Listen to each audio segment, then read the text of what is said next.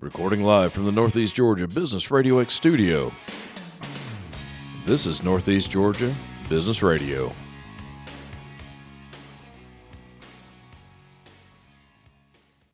Welcome back, folks, to another exciting edition of Northeast Georgia Business Radio. I'm your host, Tom Sheldon, and we're coming to you live from the beautiful Empower College and Career Center of Jackson County. I have with me a great guest, as usual, a guy I've gotten to know over the last several months, a very busy man. We finally got him in here. I wore him down. But no, seriously, with me today, I guess the owner of Asset Protection Professionals, Mr. David Foster. David, welcome to the Northeast studio. Tom, thanks for having me, man. How are you, brother? Doing great. Enjoying this beautiful day. Finally stopped raining, and we are ready to rip. Let's go. How was 2023 for you, man? We're not supposed to date a podcast, but hey, we're at the end of the year. Hey, end of the year. 2023 was actually, personally my best year ever. We had our daughter. Yeah. There at the end of 2022, watching her grow up, growing a business in and of itself. Been in the industry 8 years, Asset Protection Professionals. We started out here in March, actually, trying to keep up and keep on growing a team, and going from there. A new family, a new business. 2023 was huge. Yeah. Congratulations on the baby, by the way. Thank you so much. She's what I bet you keep feeding her, so she's probably considerably bigger now. A year later, she has grown a good bit. If you keep feeding them, and they just keep growing and eating more.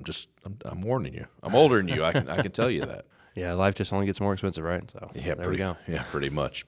Asset Protection Professionals. You've been doing this about a year on your own, more or less. Mm-hmm. But you've been in this industry almost a decade. You just said that. What struck you? Hey, I'm going to go out on my own. I have a feeling you worked for someone else, right? Mm-hmm. Obviously. Why'd you take that plunge, man? Just something you had to do. Yeah, for me, it was kind of reached a point. So we had, my wife and I, we had just gotten married about 6 months into that. I kind of realized at the time I was coaching CrossFit. I'm in Olympic weightlifting full time. I was running a gym over in Flowery Branch and then doing some marketing and some programming and things like that for some other gyms and personal training and things like that too. But I kind of realized I had maxed out what I could make for that industry at the time. Gotcha. Right. And so at the time it was kind of make your own app, make your own way, things like that. So I realized I wanted to still coach being in a 95-degree gym during the summer. Oh, yeah. For, 8 to 10 hours a day, plus also in the winter, it's 30 degrees.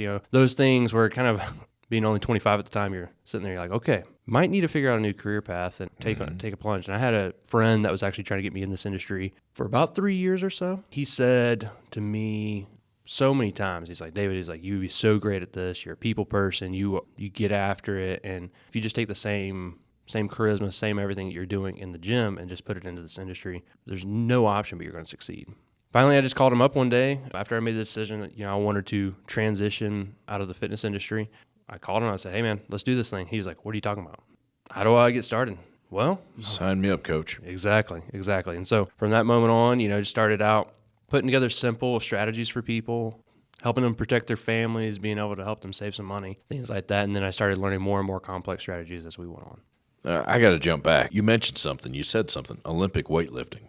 Now, you were coaching that or you were competing or both, I guess? Yeah, so I was doing both. That's awesome, man. Not everyone just, hey, yeah, I competed Olympic weightlifting. Yeah. Let's not gloss over that, man. That's cool. I got into Olympic weightlifting back in late 2006, I would say. I had a coach come to Flowery Branch, and at the time, one of the leading, and still is, one of the leading experts in Olympic weightlifting, and he brought that whole style to our school, obviously. Right. And that's kind of what made Flowery Branch High School back in the early 2000s to mid-2000s and late 2000s explode on the sports spectrum, in my opinion, the training that we did. And so I kind of bought into, from a very early age, not just the competing side of it, but the coaching side of it. Right. Even at 16, 17 years old, I was helping train middle schoolers, 30, 40, 50 middle schoolers at a time, coming in after school programs, learning how to do those things at a young age. And then that kind of transition to CrossFit was coming on the scene during that. Mm-hmm. And one of his good friends, also coached Olympic weightlifting, was the CrossFit Olympic weightlifting coach. We got into that realm, getting introduced to business owners and things like that. And that kind of created the pathway to, or trajectory to actually get to a job right out of high school, So sounds awesome. So as I was in college, working what you would say full-time coaching, more or Right. less, right? Yeah. At the same time, going to school.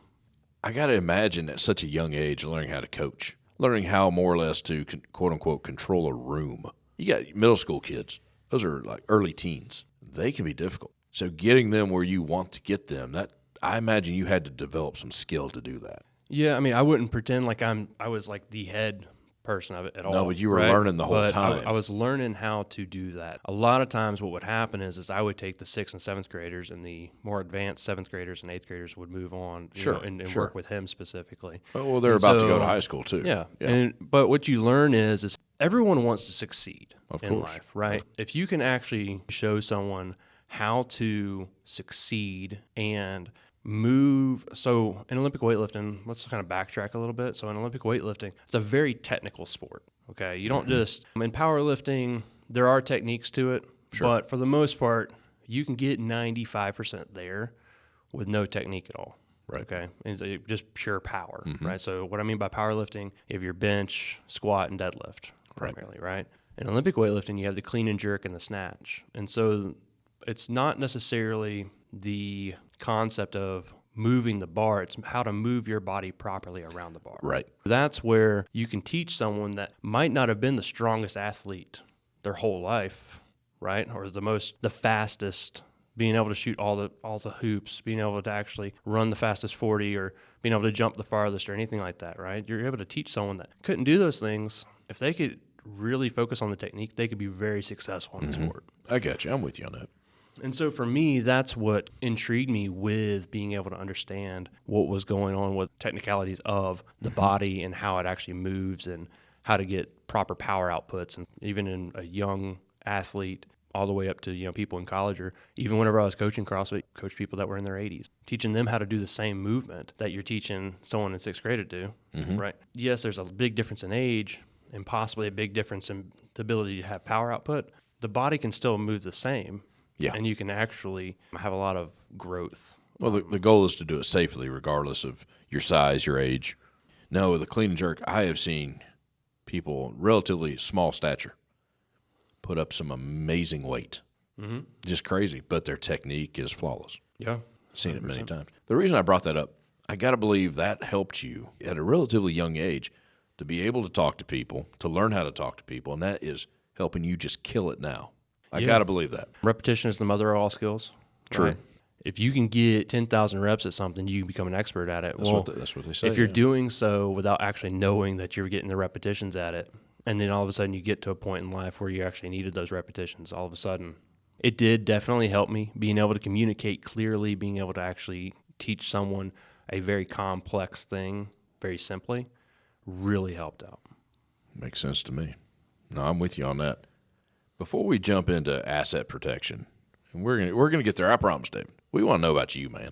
You are head of president. I don't know exactly your title. Forgive me for that. Something going on in West Jackson, Yeah, so I'm the president of West Jackson Business Alliance, formerly known as Houston Area Business Alliance. right, And which has been around for a decade or so, long time. It's been around for a very long time. We made the decision this year to rebrand it into West Jackson Business Alliance. We really strive in those meetings to provide value that you're not getting anywhere else. You might get a specific type of value at the lunch and learns and different things that the chamber's hosting or different other events that are going on around Jackson County. But what we try to do is really give you some good nuts and bolts that will help you excel in your business through those events. Been doing that for about 2.5 years or so. Really enjoying it. We're growing, hosting events every single month. We're doing now the after hours events as well. Awesome. We're excited about those. Moving into 2024, really looking to grow it. Yeah, man. Is there a website for that? West Jax, JAX, biz.com. West spelled out, W-E-S-T. Yep. W-E-S-T. Jax Jax, with an X. Biz. Yep. Biz with a Z. Biz with a Z. Nice. That's .com, right? Mm-hmm. Yes, that is being worked into my schedule. I promise that is being worked more and more in my schedule. When do you normally meet? Fourth Tuesday of the month? Yeah, so we normally meet the fourth Tuesday of the month in the morning time at 8:30 a.m. Right. Which is So a good time. And we meet at the Depot by Four Brothers, downtown Houston.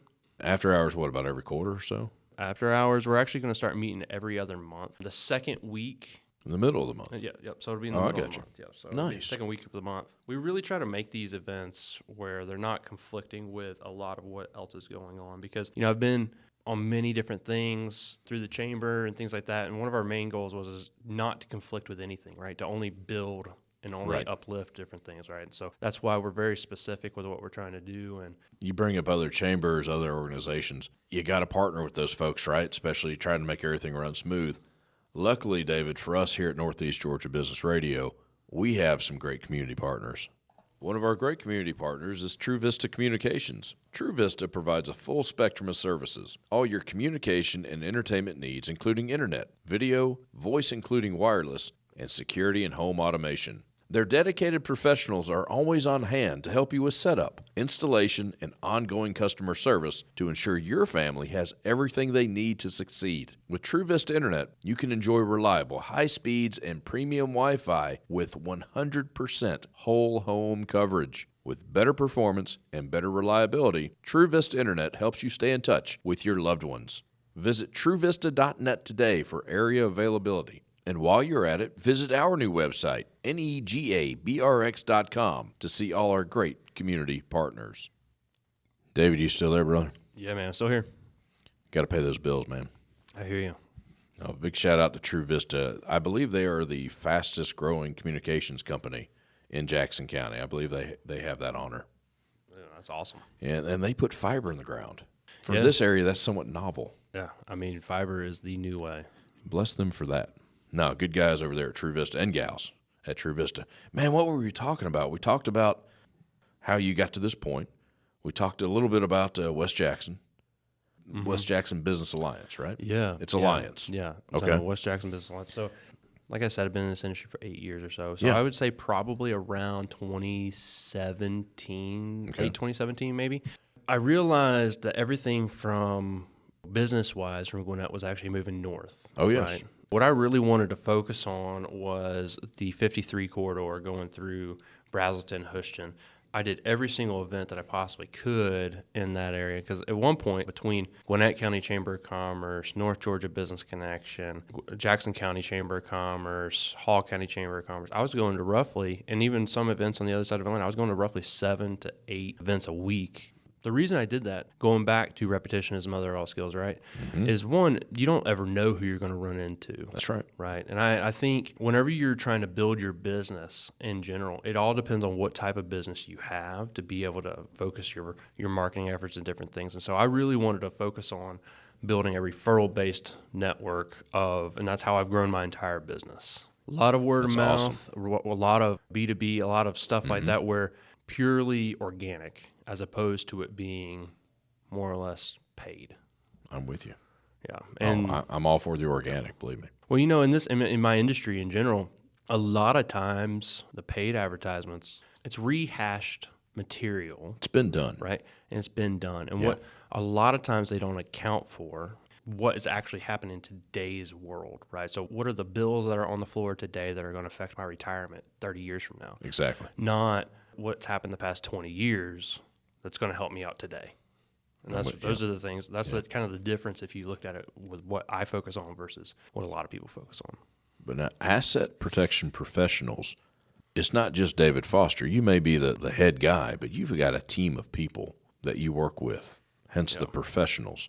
Now, you focus mainly on the financial world, right?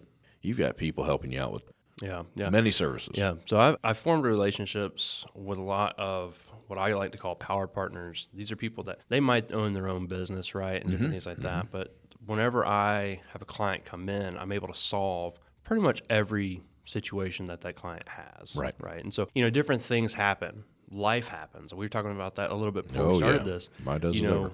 If we can bring everything to the meeting table and just very clearly just say, hey, listen, like, life doesn't exist in a vacuum. Life doesn't just get better.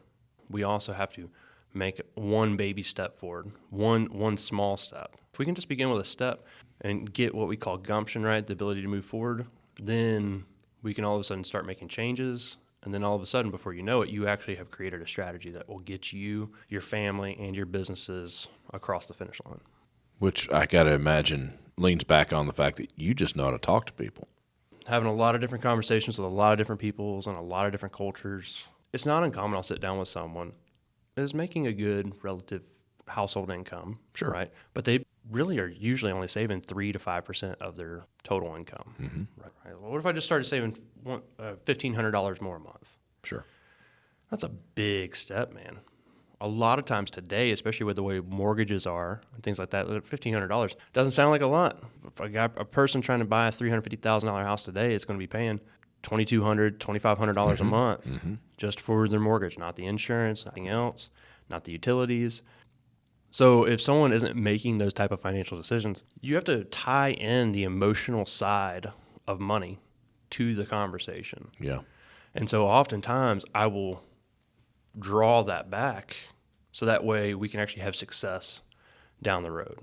It might take 4, 5, 6 years for someone to actually get to where they need to be. Right. But then once they're there, all of a sudden now we can actually do what we've been talking about for 4, 5, 6 years. Sometimes it just takes time, but you got to have that time. If you don't have that time, you're in trouble. Yeah. I mean, We can't get the time back. I run into that as well. Whenever you sit down with someone, it really just depends what their situation is. Of course. Everybody different. Everyone's different. Yeah. Late 50s on, and you haven't saved enough money. We're kind of hitting a point where, like, what are we actually going to be able to do, and what are we going to live off of? Right. And that's something that you run into. Social Security. What is your Social Security risk score? What does that actually look like? Have you set up estate planning? Have you set up different things that are going to allow through that estate plan, like, revocable living trust, things like that, being able to actually pass on your assets properly? What's going to get you there? You brought up Social Security. I'm not getting any younger. I'm nowhere near Social Security. You're younger than me.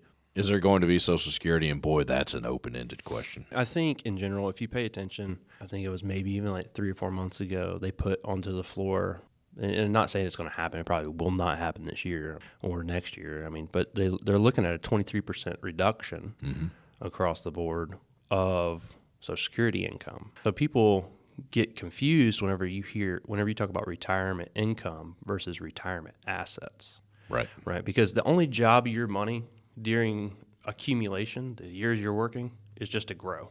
The jobs of your money in retirement, they increase. Right. Right. So you still want your money to grow. It has to produce an income. It has to have liquidity. And then legacy becomes a conversation. Whenever you look at what the government's trying to do, they're trying to make that pot of money that is already too low. They know it's going to run out, right? 2033 or so. It's going to run out if they don't borrow from it again. Those are other things. What you kind of saw through the pandemic relief effort, whenever people were getting their stimulus checks and different things like that. Oh, there was money flying everywhere. Money flying everywhere. Free money. Yeah, but how did they decide that? Right? They decided it based off of whatever income level you earned. What that means is if you earned too much money, you didn't get a stimulus check. Just because you earned too much money didn't mean that you didn't need the stimulus check. Yeah. Right. It's not what you make, it's what you spend. Yep. The upper middle class was brought down because of that, right? And so what you saw is that you're going to see the same type of things happen whenever we're talking about this 23% reduction, right? The less money you've earned, the more Social Security you're going to get. They're going to try and bring that median closer and closer and closer. So then therefore, a person that made hundreds of thousands, if not millions of dollars a year is going to get a bigger reduction than the person that made, $100,000 a year household. $100,000 a year, Tom, is not exactly what it used to be. Oh, gosh, no. So if you think about it, like that's 2 teachers starting out. If we're really looking at that and we're really looking at and examining what's happening around Social Security, let's say you started out working at 24 years old, is it going to be there whenever you're 65, 70, right? Those things are big question marks with this idea of like, is it going to look the same? I think it is going to be there. I think it's just not going to look the same. I guarantee you it won't look the same. You work with business owners, not just individuals setting up their retirement years or after 60 years. You work with business owners as well, putting plans together for them. Yeah. I work with a lot of small business owners. Backbone of America, baby. Backbone of America, right? And so, but a lot of times what you run into with small business owners is that they don't take the time during their working years to actually save for retirement. I'm sorry. I No, cut go you ahead. off. They put everything back into the business. Yeah. Everything goes Sometimes back. they have to, though.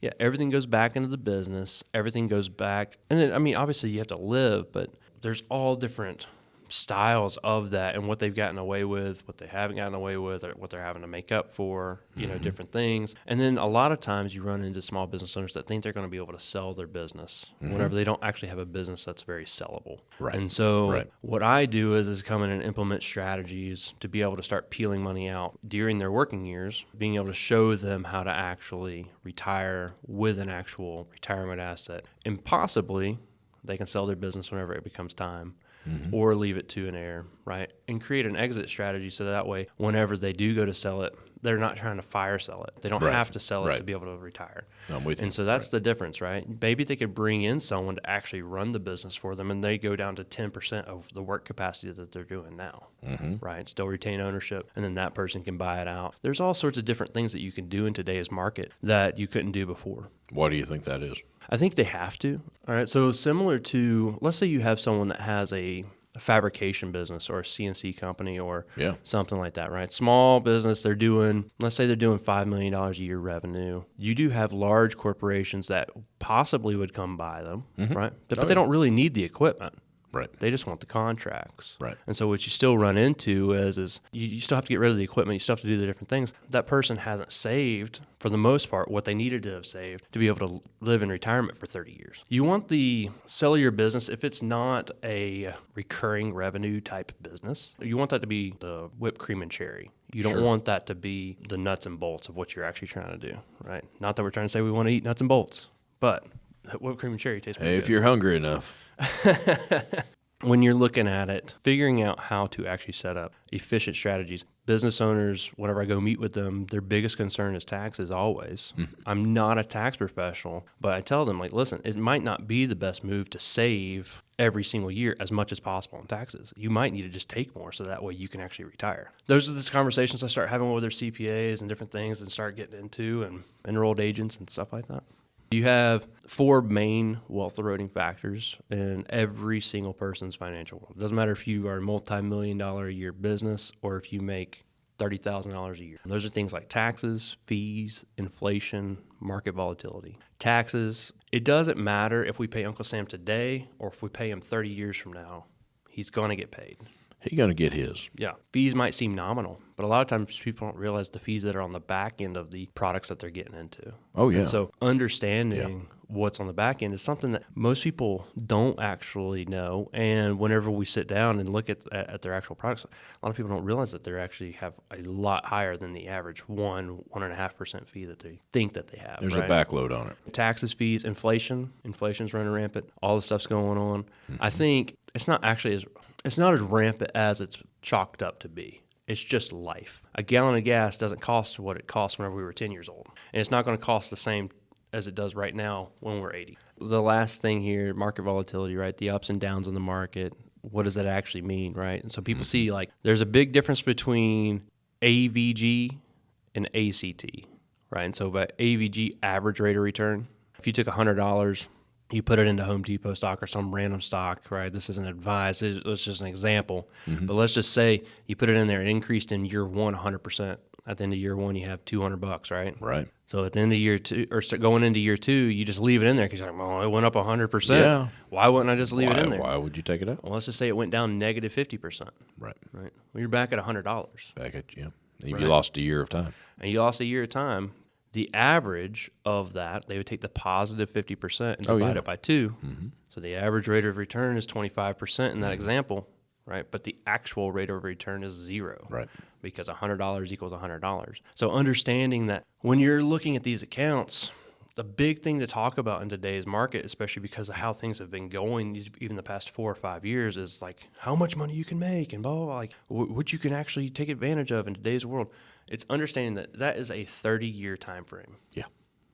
Right? It's an average over the 30 years. If you look at your actual over 2 or over 3. Not near as impressive. Not near as impressive, but like it is important to leave it, right? Because you have to have the time, as we mentioned at the beginning of the podcast. Time is your key.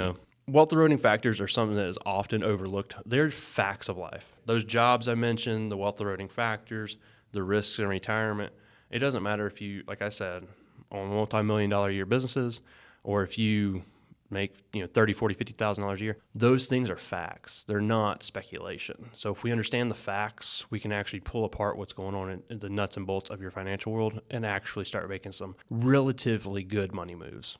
Real quick, who is or what is a good client, a good referral for you? A small business owner? Yeah, I would say, Someone approaching age, question mark? I don't really worry too much about the age. Really? And the main reason is because I haven't met a single small business owner that hasn't said they're going to work till they die. They're always going to be doing something. No, I agree with that. Now you never really retire. Yeah. And now they sit back and they say, well, I'm done, at the end of every single day. Oh, yeah. But there's another saying I always have is if you're in any industry that's worth anything and you're not wanting to quit 3 times a week, you're probably doing something wrong. That's probably true. Right. And so as a small business owner, understanding that emotion, if we can build a strategy where you have given yourself permission to work less, then you've created an efficient strategy for you.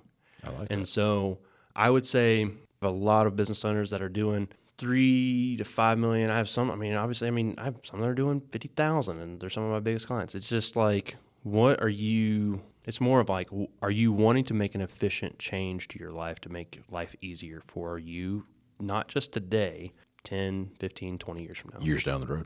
We got a website? I know we got a website. Yeah. AssetProtectionProfessionals.com. AssetProtectionProfessionals.com. One big line of words. Yep, exactly. I'm with you, man. You're also on LinkedIn. Mm-hmm. Facebook, I think. Mm-hmm. I'm on Asset Protection Professionals. So. What's the best way for the folks to get a hold of you, though? Seriously. Email me at dfoster@assetprotectionprofessionals.com. Gotcha. Or give me a call. 678-622-7649 is my personal cell phone number. Oh, if you wow. have a question, He's giving out the anything like personal, that, folks. give me a call. If I do not pick up, I will call you back same day. Nice. So, you will sit down or have a conversation with the folks, more or less gratis, get a feel for what they're doing or what they want to do. my process is more or less one of the less salesy processes you'll ever meet in your entire life. So Nice. my average time frame, I've been working with one guy for I think 7.5 months this year, and we haven't even really made money moves yet.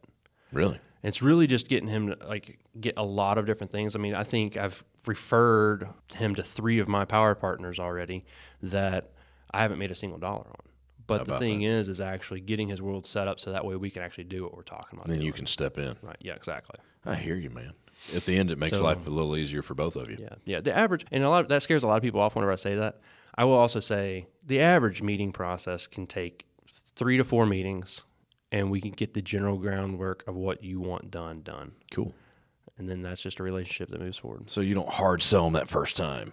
No. If you don't sign up with me, you will die. Who wants that? I actually walk away from a lot of business, I would say, just because I just tell them it's the wrong time. It's the wrong time, not a good fit. You see people, not dollars. Yeah. And that's rare. What's wrong with you? Yeah. Yeah. I'm not saying, I have a lot of friends in this industry as well. Oh, yeah. But I just think if you can really focus on what the issue is and not what can I make from this in any industry, you're actually going to make your business excel and then therefore, continue to grow. Well said, sir. David, thanks for coming in, man. Yeah, for sure. You're awesome. Finally pinned you down, brother. Busy man he is. Yeah. They're going to play my music any second, so I'm just sort of kind of vamping. Everyone knows how it goes here. David, thanks again, man. Thank you so much. Hey, folks, Asset Protection Professionals, AssetProtectionProfessionals.com, if I can say it right. David Foster, really good guy. Check him out. Talk to you soon.